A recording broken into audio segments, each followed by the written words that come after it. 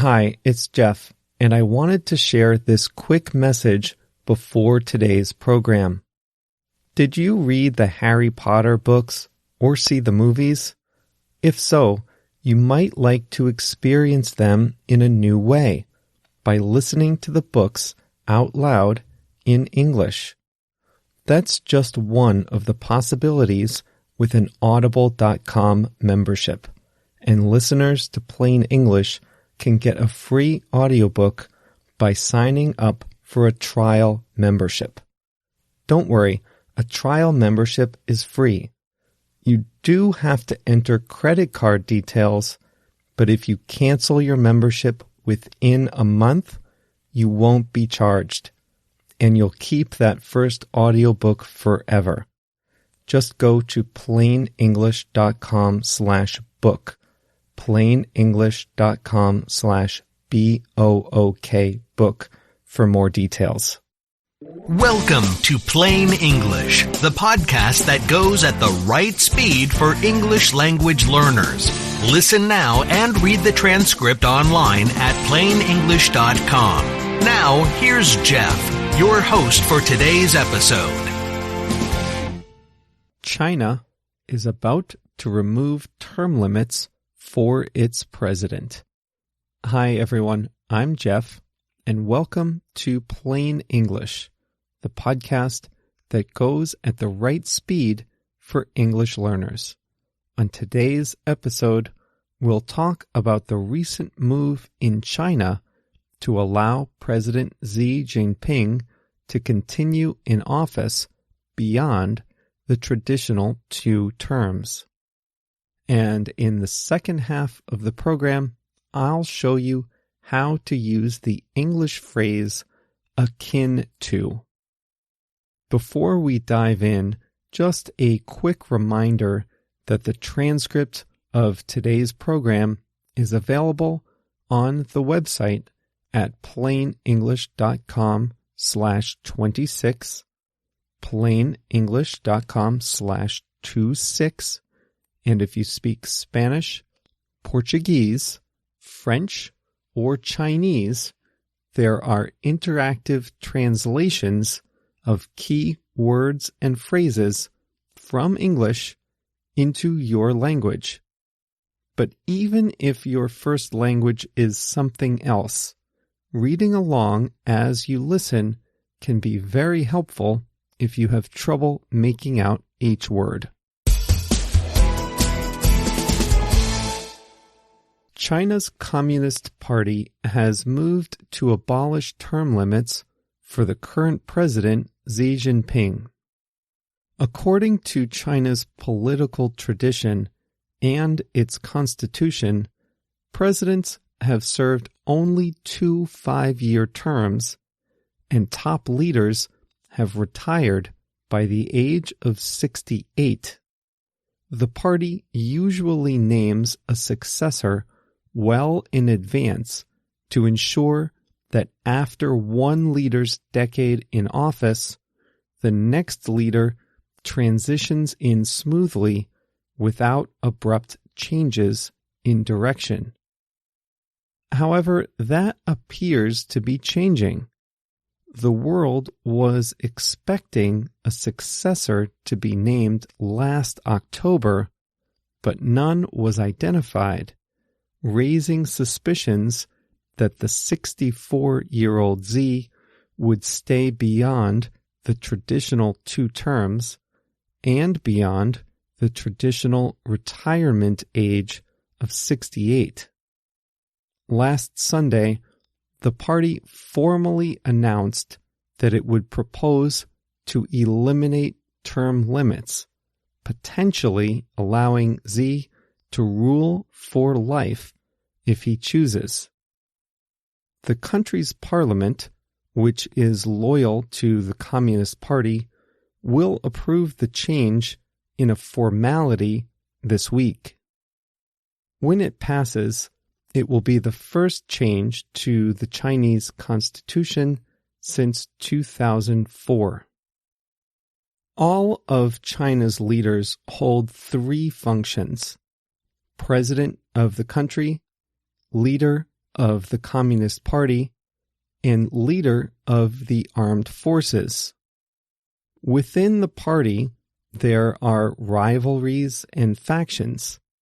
However, in China, so much happens behind closed doors that it's impossible to say for sure how important decisions in the government get made. Observers of China say that Xi has consolidated his power, removing his rivals through investigations and by personally taking on additional party roles that are usually done by others. By removing term limits, the party would be further strengthening the power of the current leader. There are a few potential reasons for this move. It could simply be a bid for additional power by Xi himself. Some analysts say, however, that this could also be a response to radical changes on the world stage. With Britain's vote to leave the EU, the rise of populist parties in Europe, and Donald Trump's election in the United States, China could value stability at home more than ever. Regardless of the reason, this is an important move for the world's biggest rising power. For years, China has presented itself to the world as an alternate model of government to Western democracies. In the Chinese model, the government is stable without the risk of sudden swings in policy. The party, which is essentially the government, follows elaborate internal rules and traditions and is not captive to the wishes of just one person. This system, at least theoretically, allows for internal debate and rivalries among individuals and ideas. People in China accept restrictions on personal freedom, such as internet censorship, in exchange for political stability and economic growth. In many countries, governments remove term limits when leaders are unpopular. But in China, Xi remains popular. He has had success in recent years fighting corruption and extending China's remarkable economic gains. Economic growth has been high. Millions of people have moved from the countryside to the cities. The country's high-tech infrastructure leads the world, and China has extended its influence abroad. So, if people have been generally satisfied with Xi so far, will they accept these political changes? Like with many things in China, it's hard to say, but there has been some backlash on the internet in the initial hours after the announcement was made. Some said that removing term limits is akin to making Xi a dictator. Others made unflattering comparisons to North Korea. The Chinese government blocked certain websites, and the popular search engine Weibo blocked the search term two-term limit. An article in the state-run media said that removing term limits doesn't necessarily make Xi ruler for life, but they didn't elaborate. Before we get to today's phrase, I wanted to ask a quick favor. For those of you listening in Apple Podcasts, you can help me out by leaving a written review right in the Apple Podcasts app. When you write a review, you'll help other English learners around the world discover the program. Whenever I look for new podcasts or apps myself, I always want to see what other people think first, and the more reviews, the better. So if you like plain English and want to spread the word, you can leave a review on Apple Podcasts so others can discover the show. Speaking of new people discovering the show, I wanted to say hi to a few listeners.